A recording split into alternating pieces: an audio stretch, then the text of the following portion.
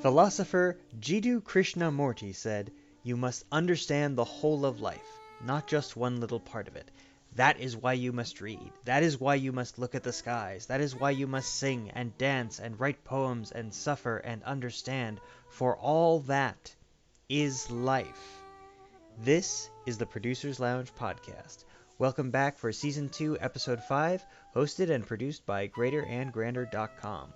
On this week's episode, we're chatting with Chicago native Tom Martin, who started his career traveling the country doing stand-up and has written and produced on American classics, including The Simpsons, Saturday Night Live, and the PBS hit Wordgirl. He now lives in Colorado, where he writes and pitches a variety of projects to companies around the world. Here now is my conversation with Tom Martin. Well, it's funny because I'm actually like a European mutt. I'm part Turkish, I'm part Transylvanian, like all over the place. So, do you know this writer named Sergio Chili? Does some directing, comedy guy. Anyway, He did the 23andMe, and his parents are both from Italy. And he's very much identified as Italian, and he loves Italian soccer. He gets his results back. He's 40% Turkish.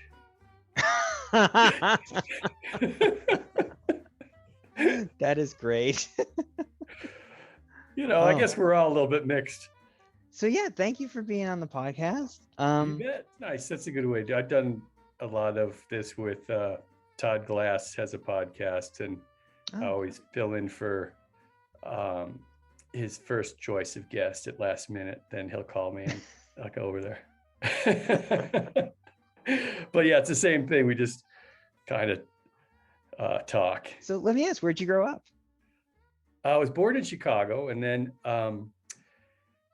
you know how everybody's moving out of LA right now? Well, in 1974, everyone was moving from Midwestern cities, the Rust Belt, to this boom town in Los Angeles, where it was a lot of empty space, a lot of agriculture, and we came here. I guess I was going into fourth grade, and so then I went to we moved to Palos Verdes. I went to Rolling Hills High School and then UC Irvine, and yeah, that's where I started doing comedy at UC Irvine. And in fourth grade, or no? Yeah, I probably thought I was funny in fourth grade. I think that I was never a very good student, and this is a pretty common thing, I think, is even the early days of Saturday Night Live, I would watch a sketch and then I would have it memorized, like word for word. Like the next day I would wake up and I could just roll out of my head perfectly. So I suppose if you're interested in something, you have this ability to learn it, whereas something being taught to you at school that wasn't so funny was not as easy to learn. Or even when I got older, there was this, it was easy to remember comedy albums. You're too young for comedy albums, but we used to get this album, Steve Martin album, and put it on and play it and just sit there and just crack up. Oh, nice. No, I was in the generation where we started getting CDs rather than vinyl, but yeah, that's really cool. Who are your favorite comedians growing up? Well, I suppose Steve Martin in ninth grade. He was so huge. It's hard to even explain how big he was back then. I'm sure you've heard that. Oh yeah. Now people know him as a talented, funny guy, but he could fill arenas every night, and people knew the material he was going to play. And I think that he was so popular because really stand-up was not as accessible or available like it became, or even it is now. So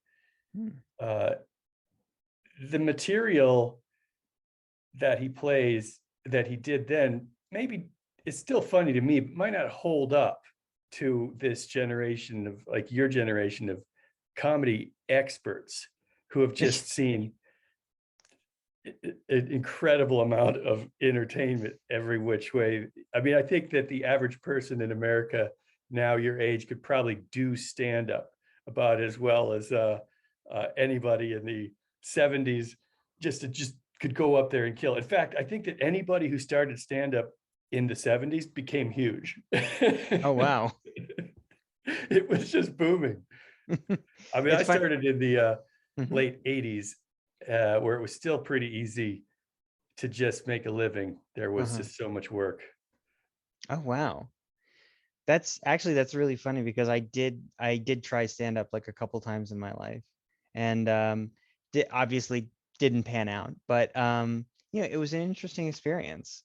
Like I found it like nerve-wracking to perform in front of so many people. Yeah. Yes, I think it is. Even though I did it as my main source of income for 10 years, it was still usually scary and terrifying for me. I think you get used to it and you get used to masking it and you get used to knowing you have certain material you can fall back on that will almost always work. So you start looking less nervous on stage. But it wasn't easy for me. I think some people it was maybe easier. I would rather be a writer and just pass some material over to a more confident person to deliver it. Because then a lot of people say, hey, I just saw Todd do your joke, but he's one of my best friends. And I'm like, he's running out of material. He can have any of them. I'm not using it. That is very gracious of you. So then after these 10 years, you kind of, at least from your IMDb page, you transitioned to being a writer at SNL. But then I also saw you worked on the Tom Arnold show for a little while. Oh yeah, Tom Arnold had a couple of specials with HBO, and I think they were called The Naked Truth before The Naked Truth show, which I also happen to work on. He had 3 half-hour specials that he was investigating topics. I forget the topics, but it was just a deal that Tom Arnold had, and yeah, I helped write one of them. I was good friends with Judd Apatow then, and he had too much work, so I would just hang out with him and just pick up his scraps, and which were a lot of scraps even then. And that's how I kind of learned the business. And he was learning it at the same time too. He just had really good representation and connections. So yeah, I think the reason I left stand-up is because I had a kid. My daughter was born in 92. My son was born in 94. And one day I was in a nightclub in Austin, Texas, doing I'm watching a comedian on stage doing stand-up, and he's talking about his kids and his wife. And I got the sense that, boy, this guy shouldn't be out at a bar getting drunk and telling jokes. He should be home with his family. And then it occurred to me that I should also be home with my family, not in Texas, with all of this temptation and debauchery around. So I really made an effort to try and learn how to be a writer, which was no easy task because I don't know if I ever got an A in an English class in my life. So it was real. I started writing and maybe this is how I got the job with Tom Arnold. I started writing stand-up jokes for Roseanne and other people like Russian comedian Yakov Smirnoff, and gosh, who else? I don't know. I can't remember. But then that led into more sketch stuff, and there were some sketch shows that were short-lived, like one at ETV, E Entertainment Television, called News Weasels, that was a short-lived show. And then Judd was hired to be a guest writer at SNL for Jim Carrey. And I had a friend there, Hugh Fink, who was on staff there. And I had submitted 5-10 sketch packages to the show by then. I knew a few people. And so I was hired as a guest writer for 2 episodes. It was the first season I don't know what year it was, the first season of Will Ferrell. And so after that, I got some sketches on, and I did the monologue with Jim Carrey and the one with Christine Baranski. And then I was hired the next season, but I couldn't go. Here's the crazy thing about living New York is that it would be very hard to survive there with a family of 4 on the guild minimum. You know, you could probably do it and people do it, but I was making more money in LA working on a sitcom at that point. So I had to turn down my dream job. I'm not over it. It was very hard to say no to that. And then Lorne Michaels said, what's the real reason that Tom didn't come here? And Hugh explained it was because the money, he couldn't afford it. And he goes, it's never about the money, but it was 100% about the money. I don't think I could have afforded to live there. Wow. I mean, part of that is heartbreaking. My God. Oh, I know. Yeah. It really is. But, you know, I think I made the right choice because, you know, I worked a couple of years on some sitcoms, and then I don't love sitcoms. I like The Simpsons, which is satire of a sitcom while being a sitcom. So I asked my agent, Jay Suris, at the time at UTA, I said, can you get me on at The Simpsons? It was after my second season at Naked Truth with Téa Leoni, and it was a bit of a dysfunctional show, and sitcoms just seemed kind of dumb at that point. It just predictable and not my cup of tea. So I asked Jay if he could get me on, and he said they're not hiring. And I said, can you just try? And he got me a meeting and with Mike Scully, and he liked my spec, and we hit it off, and he hired me immediately. I couldn't believe it. Wow. That's amazing. Can I ask what the spec was about? Or it was I worked on the first 6 episodes of Just Shoot Me, and I wrote a episode called Secretary's Day featuring Spade, who gets pissed off that everyone keeps saying Happy Secretary's Day to him, and he considers himself an executive assistant, not a lowly secretary.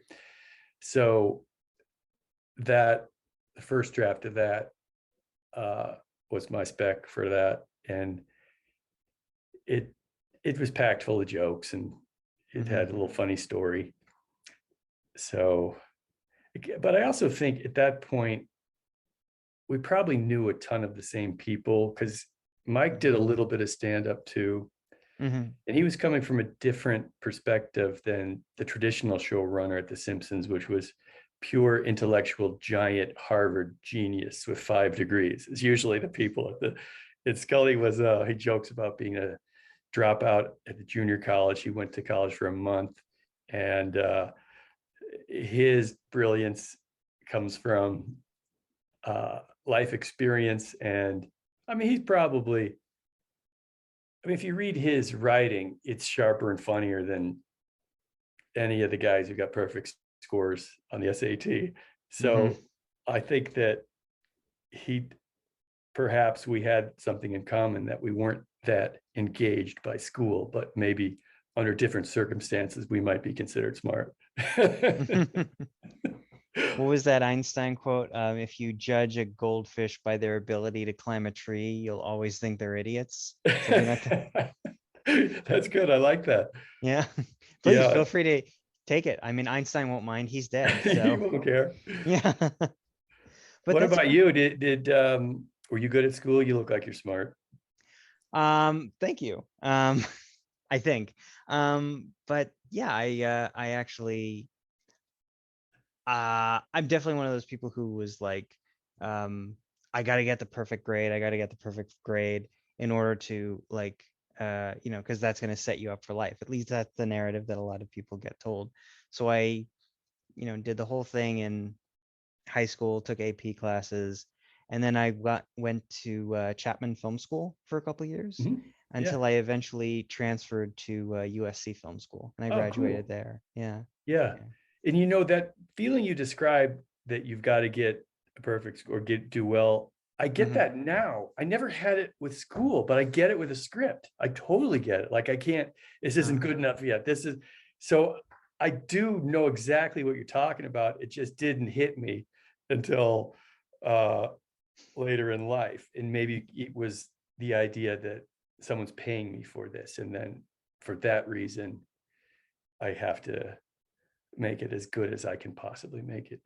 Oh yeah, that's well, let me ask, is it because does it come from a place of fear or a sense of approval, or where do you think that stems from? That's a good question. And Yeah. I think it's definitely fear and neediness in equal amounts. But also, I think a huge amount of insecurity about like, in order to keep up Mhm. with these writers that I was thrown in with and learned with.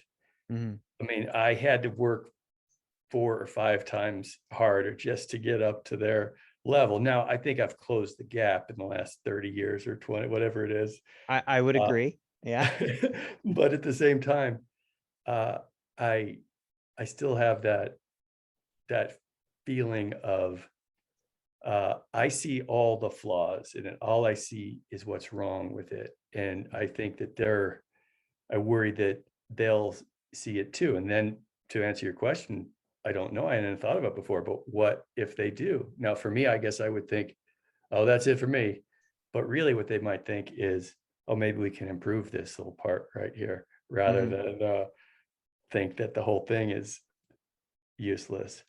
Um, but I guess one of the things I notice in a script that's not working is how scripts either work or they don't work. It's almost like it's either or, and if it's not working in one spot, it's not working.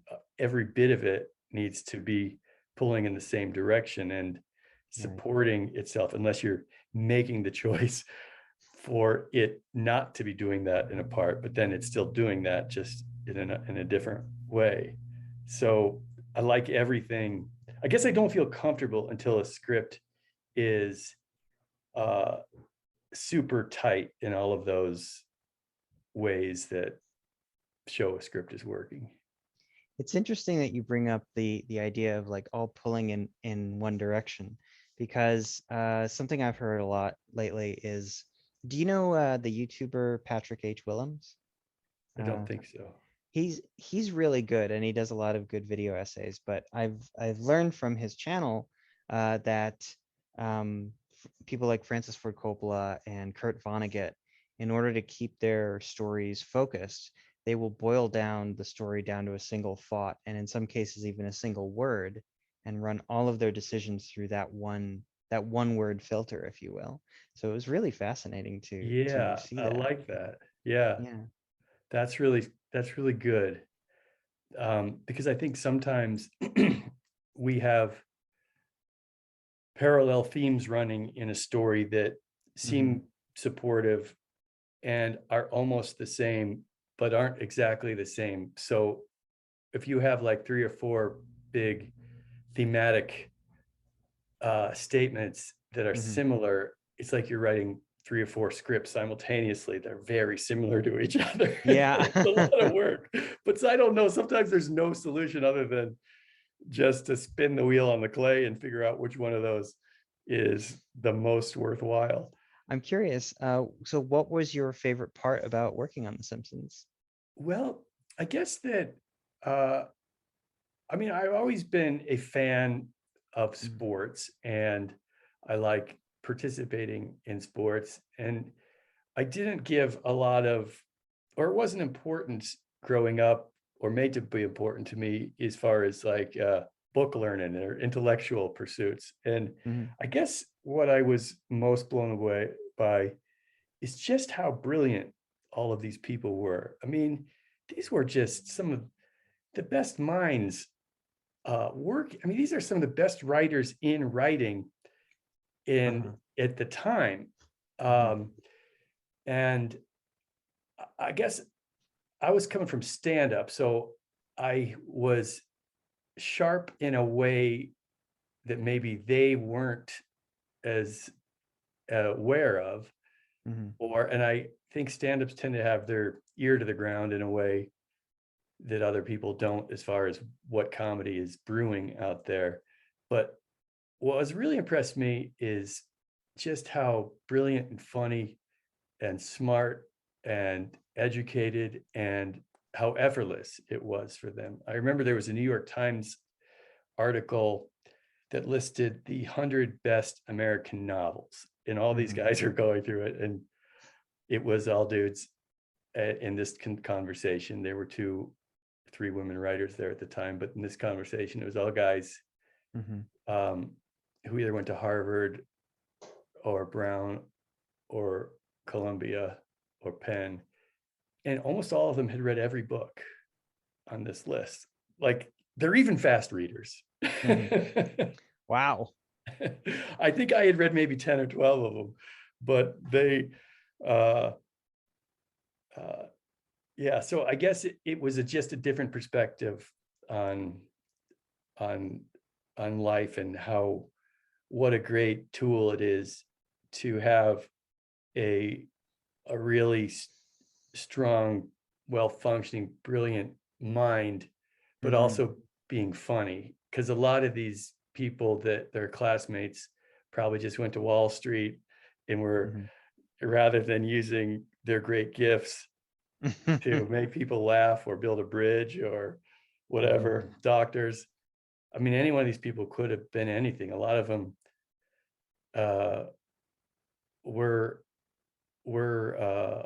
had 2 of the guys had law degrees from Harvard after graduating there.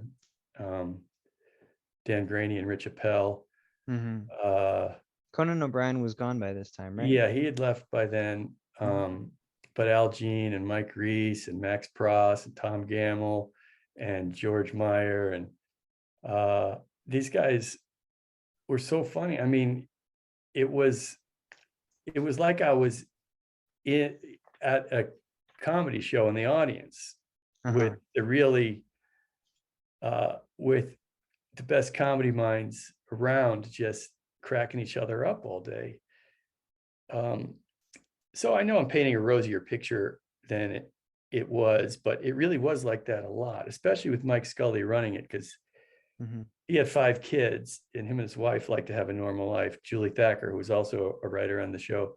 So he ran it on a schedule rather than the typical way of, pissing away 3 hours somewhere along the way, and then getting notes, and then getting dinner, and then getting going about 6 p.m. and working till 2 a.m. Yeah, and while you were there, you actually got promoted to a position of supervising producer in addition to writing. Can I ask, what did that entail on The Simpsons? That's really just rank. You go in there, and I guess I had done enough time as a staff writer, and then is for live action, staff writer, and then you're like story editor, and then you're executive story editor, and you're co-producer, then producer, and then supervising producer, then a co-executive producer, and then executive producer. Really, it just you might get more responsibility, but for the most part, that's just in the contract. And more, if they pick you up, they call you something that sounds better, but you're really just doing mostly the same job. That is actually nice to hear, because a lot of the jobs I've worked at, like, in order to get a bump in credit, you wind up having to do like the same position, like the 2 positions at the same time. And that's right. Yeah.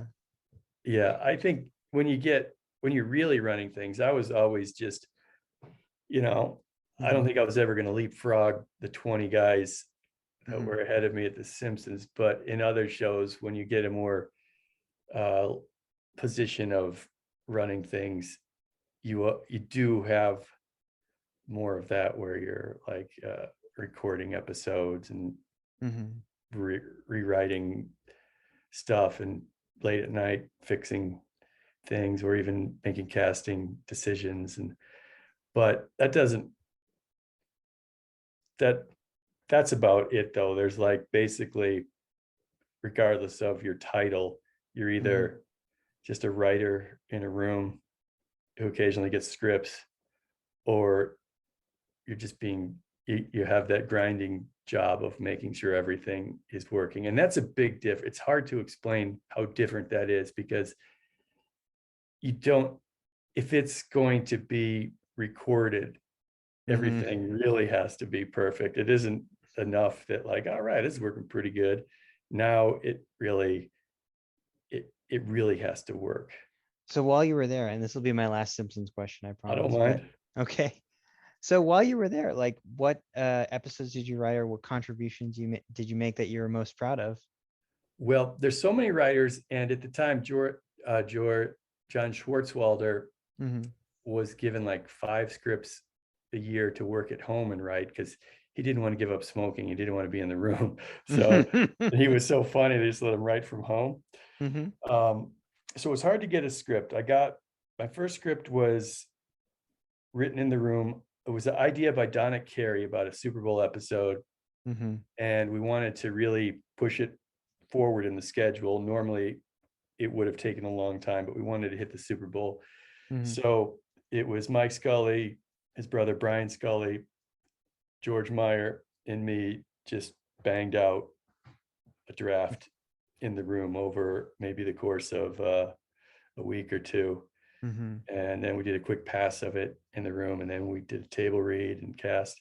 So that was my first credited writing episode.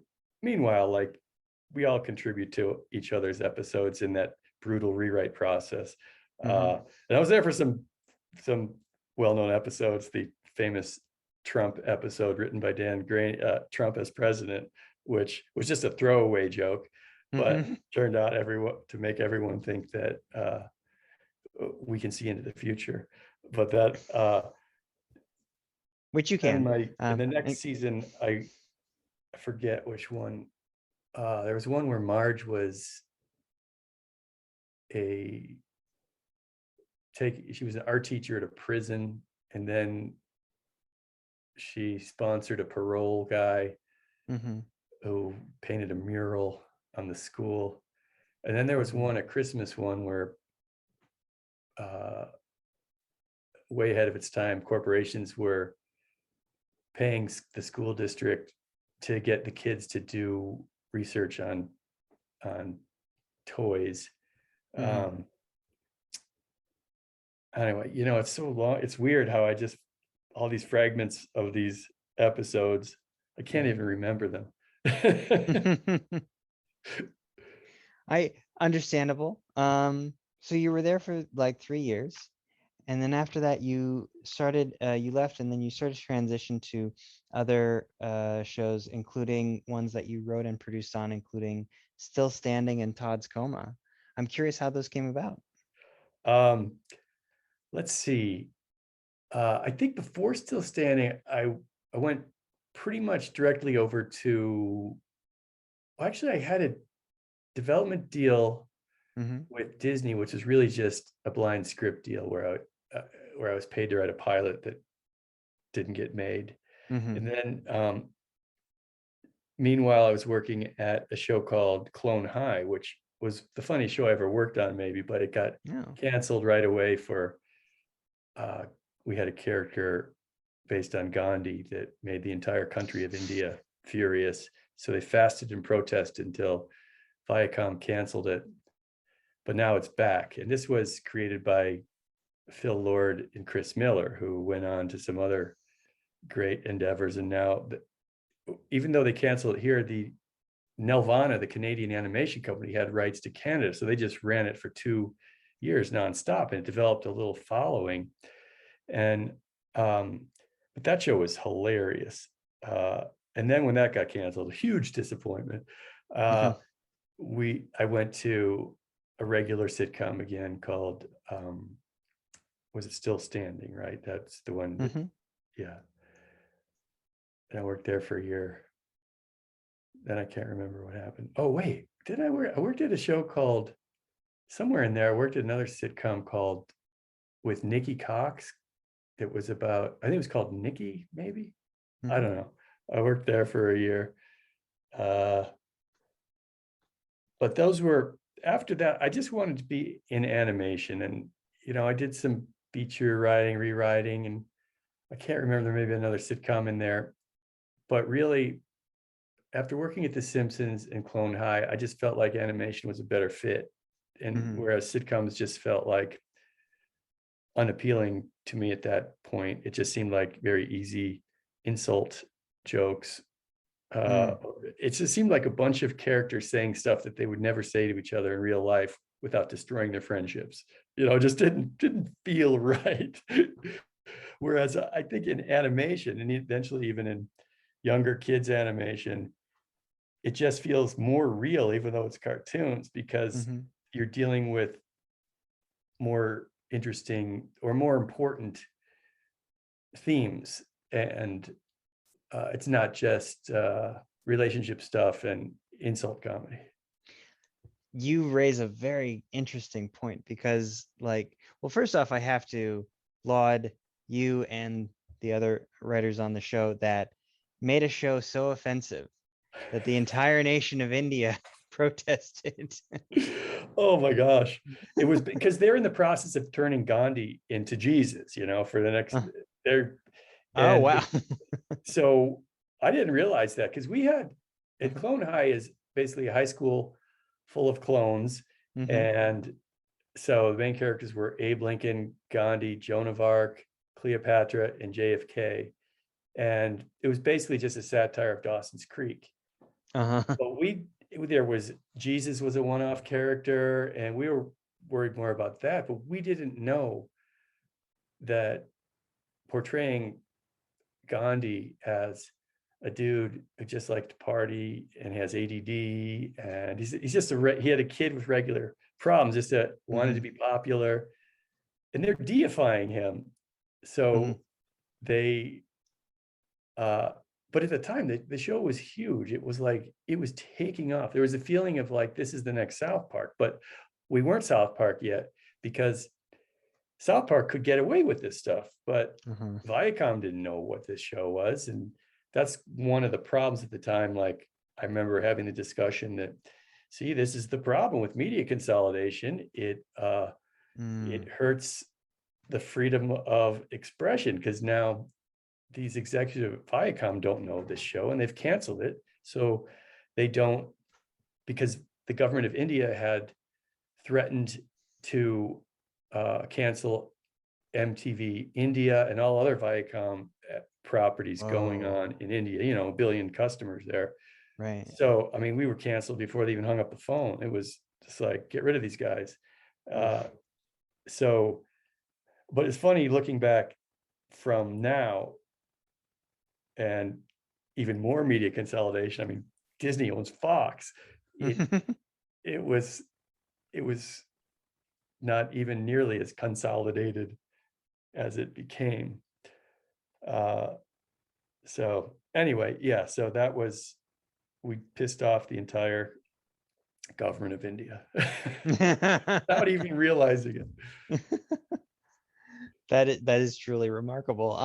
So, and then I was curious about your experience in executive producing these other shows, Todd's Coma and Still Standing. Was it a positive experience, or was it? Yeah, I would say all of my shows have been a positive experience. I think that Still Standing, I had a lot of good friends there, but it was the moment where I think I realized that I think there was a point where, like, there's not enough money in the world for me to want to sit through another hour of being in a regular sitcom writer's room. And it's just dumb. I mean, it's like, it just doesn't connect with me. I wouldn't watch the show on my own. And so you get to the point where you have ideas that you think are worth sharing, and scripts you want to do that would excite you. So I really tried to transition to something that was more satisfying creatively. And so with Todd's, I think that I got somewhere along that, in that era, I was working on I was the head writer on the David Spade show for Comedy Central. And from there, Todd Glass had a show that was set up, I forget where it was.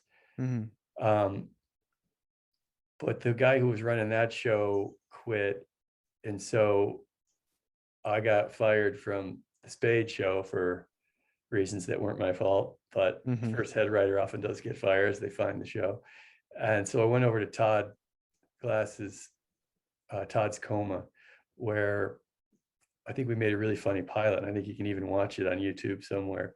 But then while we were doing that, the entire leadership there, all the executives were fired, and they went a completely different direction for their network. So Todd's show never got the chance it deserved. But that started a series of jobs that even goes on right now, where I just found myself taking jobs where I would go into a troubled show and then kind of right the ship. So I went to an animated PBS show called Wordgirl.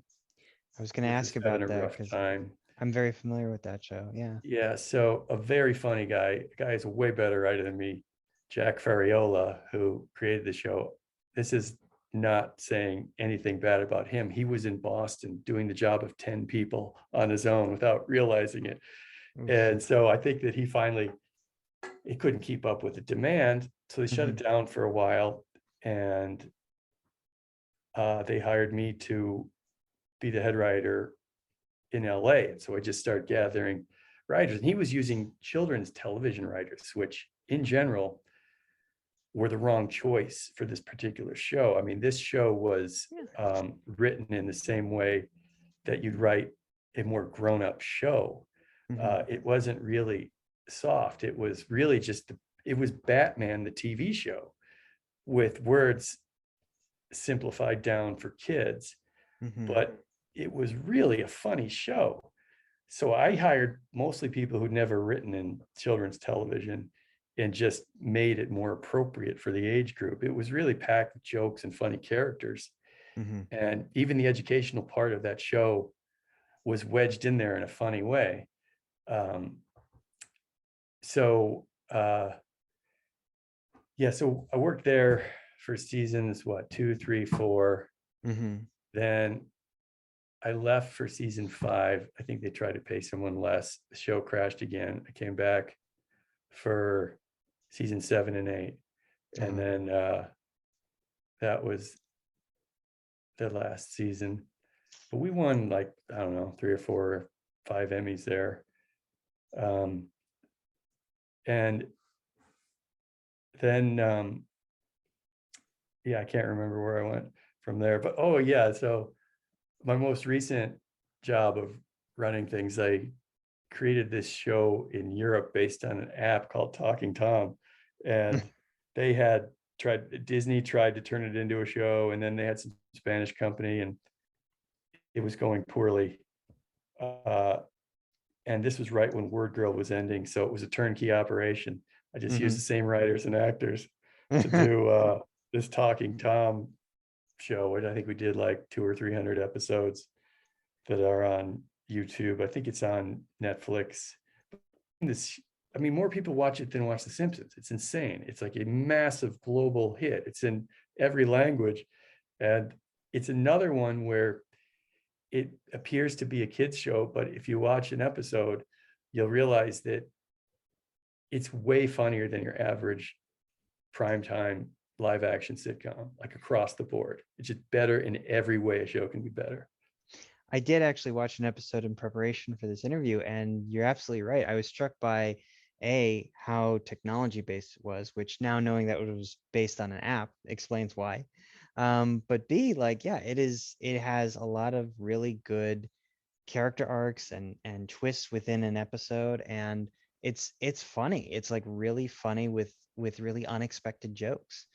It just gets better. I don't know, the episodes you watch, the early ones were a little tight. They were a little bit not right, but we had such great actors. I mean, we had Maria Bamford and we had James Domian, Colin Hanks. I mean, so many people were Mhm. so good. And the writers we got were all just fantastic. And we did it on just a shoestring budget that uh, we only were able to do it because Mhm. I had all the pieces in place already. That is incredible. And I gotta ask, like, as far as, since you're the head writer on these shows and the executive producer on the other two I mentioned, like, what is that process like, maybe working on those shows compared to The Simpsons? How do you I manage a guess writer's the room? difference is I get to be the final say of what goes into a script as far Mhm. as the official draft. So you get to run the room, which Mhm. is a lot more fun than being one of 10 people in the room. I always keep the room about 5 writers and a writer's assistant who's also a writer, because then everyone has to pay attention. It's easy to doze off if there's too many people.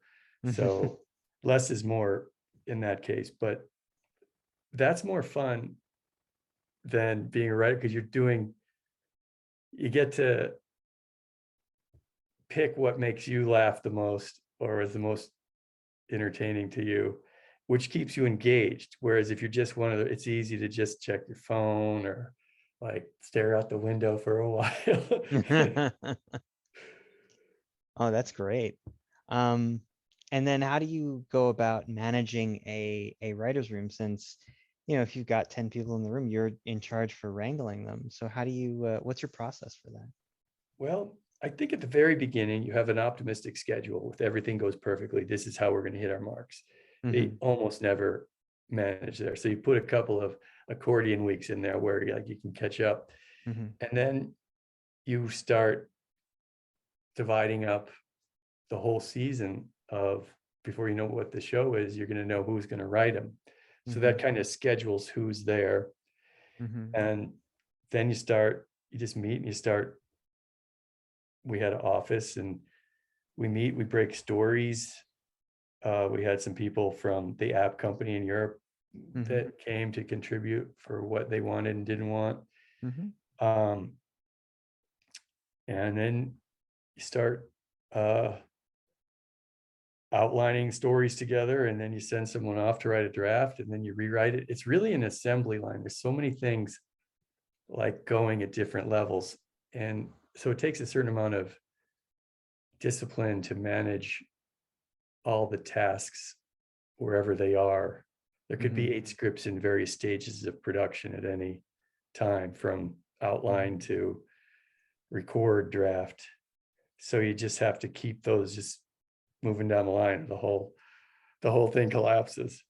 But I It's a think lot of, that's where getting good people engaged in the process. I mean, we had uh, 2 of the best unknown writers that I've discovered that I use for everything I do. mhm. Uh, Jamie Woodham and Matt Gosson, and my daughter Erica Martin too. She's good too, uh, and so many others.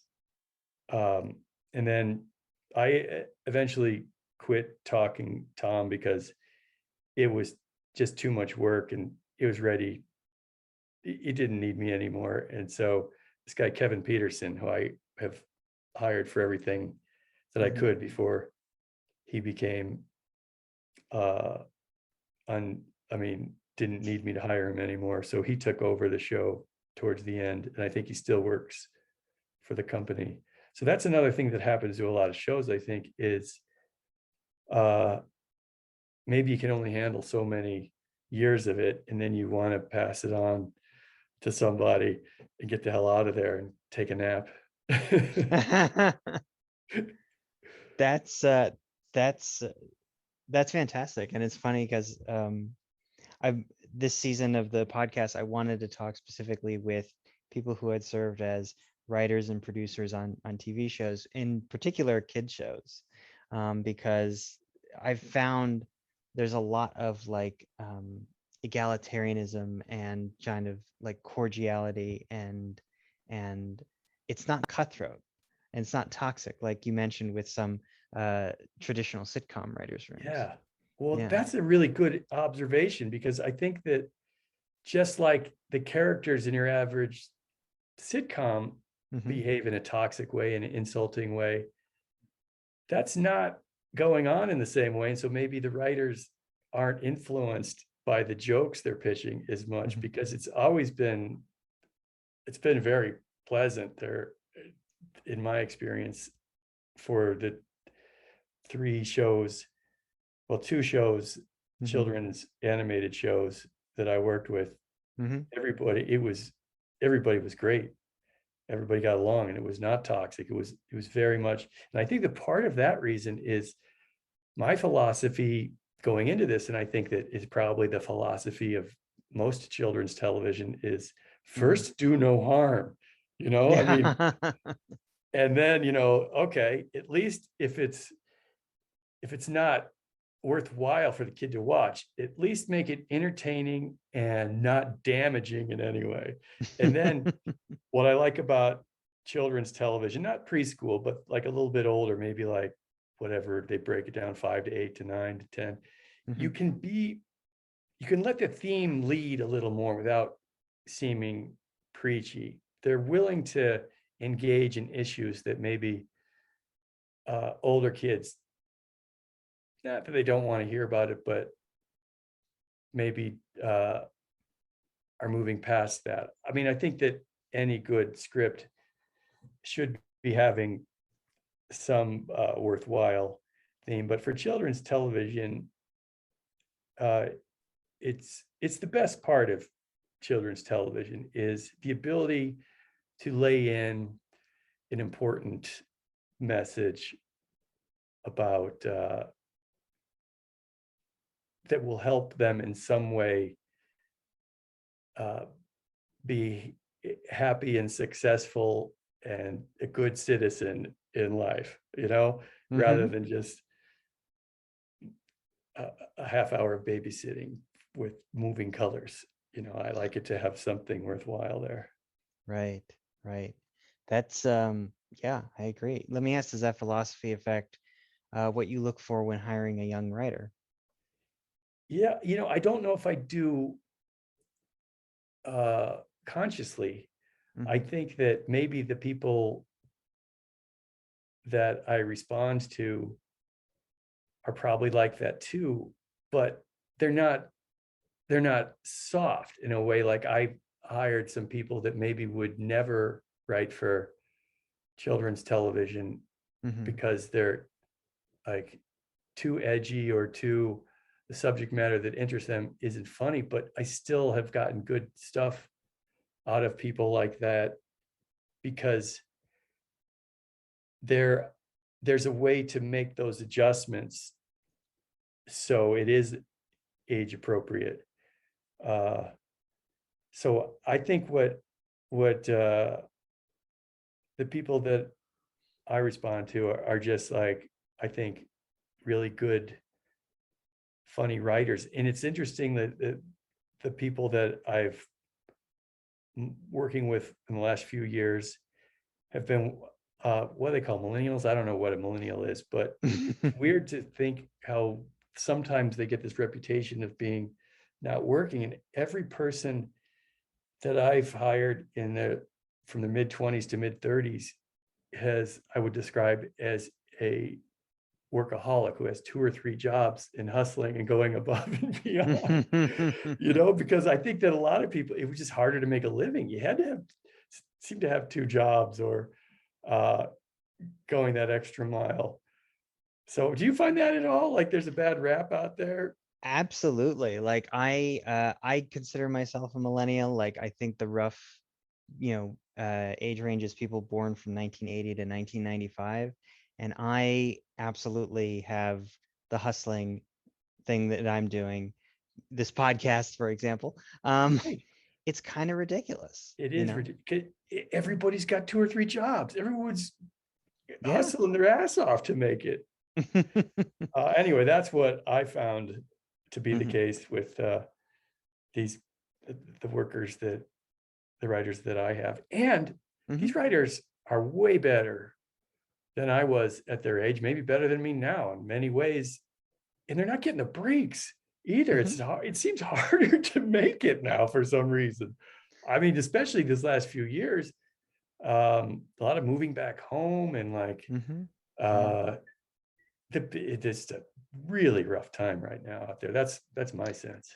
Yeah, yeah, absolutely. I've heard a lot of the same thing from my friends. A lot of people who came to LA, tried to make it, and then they had to move back to Connecticut or wherever, you know. Yeah, well, I So, moved to Colorado a few years ago, and I've been able to manage it okay.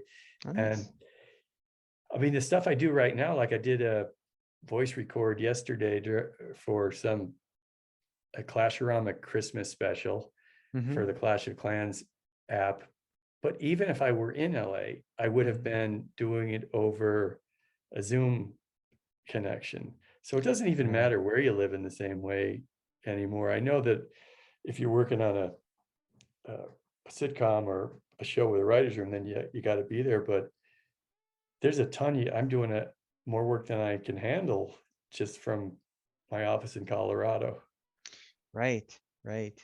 And since you're in Colorado, let me ask, uh and now that you're at this point in your career, what interests do you try to have outside of writing to try and keep a balanced life? Like I've heard one really good approach is make sure that you have friends or your main circle of friends are outside of the entertainment industry because there's it winds up being a conflict eventually if they are.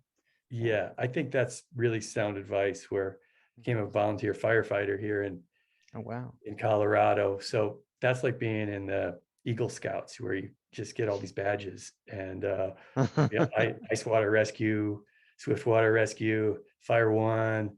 I got I was deployed to 2 different wildfires for 2 Oh weeks. wow. Uh, so that's that's really awesome. Plus, I Hmm. have 4 grandchildren down the street.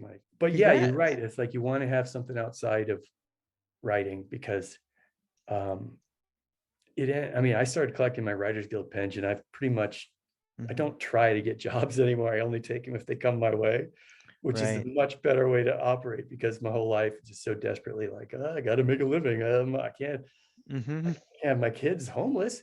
So there's this intense hustling Hmm. early on. But the Writers Guild years ago was set up in a good way where you could start collecting your pension once the business is sick of you in a big way. So you don't have to wait till you're 65. You can get less if you take it when, earlier. So I took it a couple of Uh-huh. years ago when I was 52, which makes it a little easier to get by. It's not a huge amount, but at least it it helps and it allows you to not lose your dignity calling everyone trying desperately to get a script. Hmm. I only have one last question, and what is your favorite philosopher or I've been doing a lot of reading of this guy, Krishnamurti, Mhm. and he was a theosophist. I think that's what it called, which is sort of, I don't know much about it other than it seems to be a lot of what he talks about has a lot of crossover with Mhm. Buddhism, and that uh, I think that he's probably not a quote that would answer the question, because I think that what he thinks is that words, thoughts, and images become barriers to your experience of reality. Oh wow. So even by saying that, I've created a barrier to the concept that he tries to get, which is this sense, if you can strip your mind of these words, thoughts, and images, the thing that is left is the good part of you, the part that isn't corrupted by the ego or conditioning. And if you can live in that spot as much as possible, you can be connected in the right way of living with everything around you. Mhm. So it's not exactly a quote, but it's something that I helps me, and it's something that I sometimes try to put into scripts, even though scripts are full of words.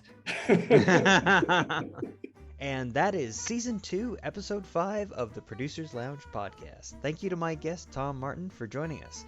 You can find out more about him by checking out the show notes and visiting our website, greaterandgrander.com. Our intro and outro music today was Menilmontant by Latché Swing. Our episode still image is by Ricardo Tomasz on Greater and Grander.